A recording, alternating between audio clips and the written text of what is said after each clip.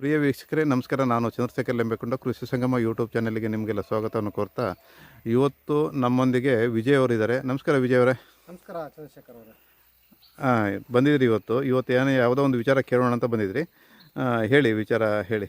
ಈಗ ನನಗೆ ಬಂದಿರೋ ವಿಚಾರ ಏನಂದ್ರೆ, ಹಾಂ, ನಮ್ಮ ಅಂದರೆ CO2 COC ಬಗ್ಗೆ ನಾನು ನಿಮಗೆ ಕೇಳೋಣ ಅಂತ ಬಂದಿದ್ದೀನಿ. ಹಾಂ ಹಾಂ ಹಾಂ ಅದು COC ನಮ್ಮ ಕೆಲವು ತೋಟದಲ್ಲಿ, ಅಕ್ಕಪಕ್ಕದ ತೋಟದಲ್ಲಿ ಹಾಂ ಒಂದು 50 ಇಂದ 60 ಬ್ಯಾರಲ್ ತಂದು ಉಯ್ದಿದ್ದೀನಿ ಅಂತಾರೆ. ಹಾಂ ಹಾಂ ಹಾಂ ಅದು ಯಾವುದಕ್ಕೋಸ್ಕರ ಉಯ್ತಾ ಇದ್ದಾರೆ ಏನು ಅನ್ನೋದು ಏನು ಮಾಹಿತಿ ಸಿಗ್ತಾ ಇಲ್ಲ. ಹಾಂ ಅವ್ರು ಕೇಳಿದಕ್ಕೆ ಇಲ್ಲ ಅದೇನೋ ಬೇರ್ ರೋಗ ಅಂತೇನೋ ಹೇಳ್ತಿದ್ರು. ಹಾಂ ಮತ್ತೆ ಅದು ಬಿಟ್ಟರೆ ಬೇರೆ ನಮ್ಗೇನು ಇದು ಕೊಟ್ಟಿಲ್ಲ. ಹಾಂ ಈಗ ನಿಮಗೂ ಹುಯ್ಬೇಕು ಅಂತ ನಿಮ್ಗೆ ಅನಿಸ್ತದೆ ನಿಮಗೆ? ತೋಟಕ್ಕೆ ನೀವೇನಾರು ಆಗ್ತಾ ಇದ್ದೀರಾ ಏನು ಅಂತ ನಿಮ್ಮ ಹತ್ರ ಮಾಹಿತಿ ಕೇಳೋಣ ಅಂತ ಬಂದಿದ್ದೀನಿ. ಹಾಂ ಹಾಂ ಹಾಂ ಈಗ ನಿಮಗೆ COC ಅಂದರೆ ಪಕ್ಕ ಗೊತ್ತಿಲ್ಲ, ಒಂದಾಯ್ತಾ?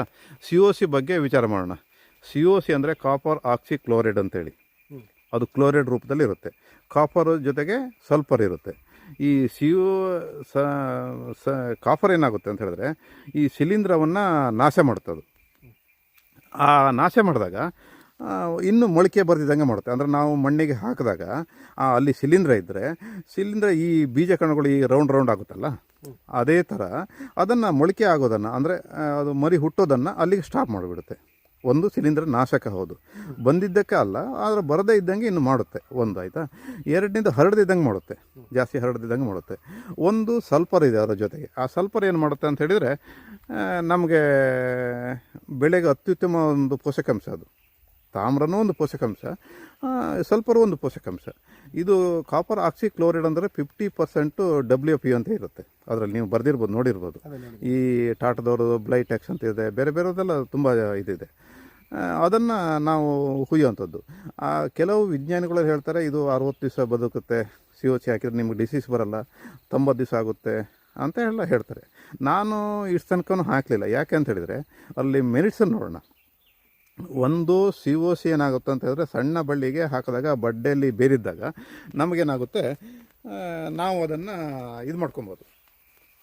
ಬಡ್ಡೆಯಲ್ಲಿ ಬೇರಿದ್ದಾಗ ಆ ಬೇರಿಗೆ ಅನುಗುಣವಾಗಿ ಏನಾಗುತ್ತೆ, ಅದು ದೂರ ಬೇರು ಹೋಗಿರೋದಿಲ್ಲ, ಆ ಬೇರಿಗೆ ಸರಿಯಾಗಿ COC ಸಿಗುತ್ತೆ, ಅಲ್ಲಿ ವರ್ಕ್ ಮಾಡುತ್ತೆ.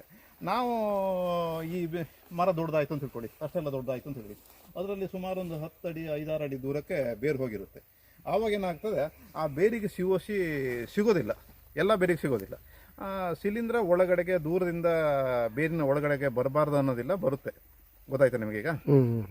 ಹಾಗಾಗಿ ನಾವು COCಯನ್ನು ಒಂದು ಹಾಕೋದಿಲ್ಲ. ಮತ್ತೇನಾಗ್ತದೆ ಗೊತ್ತಾ, COC ನಿರಂತರವಾಗಿ ಹಾಕಿದರೆ ಮಣ್ಣಲ್ಲಿ ತಾಮ್ರದ ಟೆಟ್ರಾಕ್ಷನ್ ಅಂತೇಳಿ ಉತ್ಪತ್ತಿ ಆಗುತ್ತೆ. ಆ ಟೆಟ್ರಾಕ್ಷನ್ ಉತ್ಪತ್ತಿ ಆದಾಗ ಏನಾಗ್ತದೆ, ಮಣ್ಣು ನಂಜಾಗುತ್ತೆ, ಯಾವುದೇ ಬೆಳೆಯನ್ನು ಬೆಳಿಲಿಕ್ಕಾಗಲ್ಲ, ಸೂಕ್ಷ್ಮ ಜೀವಿಗಳು ಬರೋದಿಲ್ಲ. ಆ ಸೂಕ್ಷ್ಮ ಜೀವಿಗಳು ಬರದೇ ಇದ್ದಾಗ, ಸೂಕ್ಷ್ಮ ಜೀವಿಗಳ ಲಭ್ಯತೆ ಇದ್ದಾಗ ನಮಗೇನಾಗ್ತದೆ, ತೋಟ ನಿಧಾನವಾಗಿ ಹಾಳಾಗ್ತಾ ಹೋಗ್ತದೆ. ನಮಗೆ ಏನು ರೋಗವನ್ನು ಕಂಟ್ರೋಲ್ ಮಾಡಲಿಕ್ಕೆ ಆಗೋದಿಲ್ಲ. ಅದಕ್ಕೋಸ್ಕರ ನಾವು ಹಾಕೋದಿಲ್ಲ. ನಾವು ಏನು ಮಾಡ್ತೀವಿ, ಬಡ್ಡೆಯನ್ನು ಕ್ಲೀನ್ ಮಾಡಿಸ್ತೀವಿ, ಗಾಳಿ ಆಡಂಗೆ ಮಾಡಿಸ್ತೀವಿ. ಅದು ಭಾರಿ ಥಂಡಿರಂಗೆ ವೆಟ್ಟಿರಂಗೆ ನಾವು ಮಾಡೋದಿಲ್ಲ. ಜೊತೆಗೆ ನಾವು ಬೇರೆ ಬೇರೆ ಗೊಬ್ಬರಗಳನ್ನು ಹಾಕ್ತೀವಿ ಅದಕ್ಕೆ. ಈಗ ಬೇರೆ ಬೇರೆ ಗೊಬ್ಬರಗಳಂತ ಹೇಳಿದ್ರಲ್ಲ, ಹೌದು, ಈ COC ಬದಲಾಗಿ ಬೇರೆ ಬೇರೆ ಗೊಬ್ಬರಗಳು ಹಾಕ್ತೀನಿ. COC ಬದಲಾಗಿ ಅಂತಲ್ಲ, ನಮ್ಮ ಸಸ್ಯವನ್ನು ಗ್ರೋತ್ ಯಾವತ್ತೂ ಚೆನ್ನಾಗಿಟ್ಕೊಳ್ಳೋಕ್ಕೆ. ನೋಡಿ, ಇಷ್ಟೆಲ್ಲ ನೋಡಿದ್ರೆ ನೀವು, ನಾವು COC ಹಾಕೋದೆಲ್ಲ ತರೋದಿಲ್ಲ ಇಲ್ಲಿಗೆ.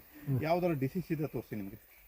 ಡಿಸೀಸ್ ಕಾಣಿಸ್ತಾ ಇಲ್ಲ, ಹಂಗಾಗಿ ನಾನು ನಿಮ್ಮ ಹತ್ರ ಬಂದು ಮಾಹಿತಿ ಕೇಳೋಣ ಅಂತ. ಯಾಕಂದ್ರೆ ನಾವು ಅದಕ್ಕೇನು ಮಾಡ್ತೀವಿ, ಈಗಾಗಲೇ ನಮ್ಮದು ಕೆಲವೊಂದು 200-300 ಗ್ರಾಮ್ ಅಷ್ಟು ಗೊಬ್ಬರ ಹಾಕಿದ್ವಿ. ಒಂದೊಂದು ಗಿಡಕ್ಕೆ ನಾವು ಒಂದ್ಸರಿ 100 ಗ್ರಾಮ್ ಅಷ್ಟು ಹಾಕೋದು. ಮತ್ತು ಈಗ ನಾವು 9-21 ಅಂತೇಳಿ ಅಗ್ರೋಲೈಸರ್ ಅಂತೇಳಿ ಹಾಕ್ತೀವಿ. ಮತ್ತೊಂದು ಸೂಕ್ಷ್ಮ ಪೋಷಕಾಂಶಗಳು ಅಂತೇಳಿ ಬರುತ್ತೆ, ಅಗ್ರೋ ಸ್ಮೈಲ್ ಅಂತ ಬರುತ್ತೆ.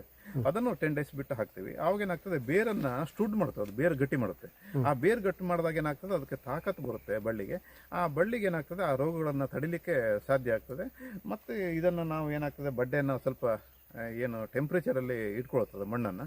ಆವಾಗ ಏನಾಗ್ತದೆ, ಒಂದು ಹಂತಕ್ಕೆ ನಮಗೆ ಬರುತ್ತೆ. ಹಾಗಾಗಿ ನಾವು ಅದನ್ನು ಏನು ಮಾಡ್ತೀವಿ, ಈ COC ಬಿಟ್ಟು ಹಾಕೋದಿಲ್ಲ, COCನ ಹಾಕೋದಿಲ್ಲ. ಯಾಕಂದರೆ ಮಣ್ಣು ಪ್ರತಿ ದಿವಸ ಪ್ರತಿ ನಿಮಿಷ ಹಾಳು ಮಾಡುತ್ತೆ. ಅದು ತಾಮ್ರ ಏನಾಗುತ್ತೆ, ಈ ಮಣ್ಣಿನಿಂದ ಹೋಗದಿದ್ದಾಗ, ಜಾಸ್ತಿ ಆದಾಗ ತಾಮ್ರದ ಟೆಟ್ರಾಕ್ಷನ್ ಆಗಿ ಸಸ್ಯವನ್ನು ಹಾಳು ಮಾಡ್ತಾ ಬರುತ್ತೆ, ಮಣ್ಣನ್ನು ಸಮೇತ ಹಾಳು ಮಾಡ್ತಾ ಬರ್ತದೆ. ಆವಾಗ ಸಸ್ಯದ ಬೆಳವಣಿಗೆ ಆಗಲಿ ಮಣ್ಣಿನ ಬೆಳವಣಿಗೆ ಆಗಲಿ ಆಗೋದೇ ಇಲ್ಲ ಅದರಲ್ಲಿ. ಹಾಗೆ ಅದಕ್ಕಾಗಿ ನಾವು ಹಾಕೋದಿಲ್ಲ. COC 90 ದಿವಸ ಬರುತ್ತೆ ಅಂತ ಹೇಳ್ತಾರೆ. ನಮ್ಗೆ ಅಷ್ಟು ಅದ್ರ ಬಗ್ಗೆ ನಮಗೆ ಅನುಭವ ಇಲ್ಲ. ನಾವು COC ಹಾಕೋದಿಲ್ಲ. ಹಾಕ್ತಿರೋದ್ರೆ ಈ ಥರ ಇದೆ. ತುಂಬ ಜನ ಹಾಕ್ತಾ ಇದ್ದಾರೆ. ನಾವು ಹಾಕಿದ್ರದ್ದು ಅಭಿಪ್ರಾಯ ಇನ್ನೊಂದ್ಸರಿ ಕೇಳಬೇಕಾಗುತ್ತೆ. ನಿಮ್ದು ಕೊಟ್ಟಿರೋ ಮಾಹಿತಿ ಸ್ವಲ್ಪ ಚೆನ್ನಾಗಿದೆ ಅನ್ಸುತ್ತೆ. ಈಗ ನಾನು COC ಬಳಸಲ್ಲ. ನೀವು ಹೇಳ್ದಂಗೆ ಹಾಕಿದ್ರಿ? ಕಳೆದ ವರ್ಷ ನಾನು ಹಾಕಿರ್ಲಿಲ್ಲ. ಆದರೆ ಈ ವರ್ಷ ನಾನು ಬೇರೆಯವ್ರು ಹಾಕ್ತಾರಂತೇಳಿ ನಾನು ಮುಂದೋಗಿದ್ದೆ. ಸರಿ, ನಿಮ್ಮ ಹತ್ರ ಒಂದು ಮಾಹಿತಿ ತಿಳಿಸ್ಕೊಂಡು ಹೋಗೋಣ ಅಂತೇಳಿ ಬಂದಿದ್ದು ಭಾರಿ ಒಳ್ಳೆ ಆಯಿತು. ನೀವು ಕೊಟ್ಟಿದ್ದ ಮಾಹಿತಿ ತುಂಬ ಚೆನ್ನಾಗಿದೆ ಚಂದ್ರಶೇಖರ್ ಅವರೇ. ಧನ್ಯವಾದ. ಥ್ಯಾಂಕ್ಸ್.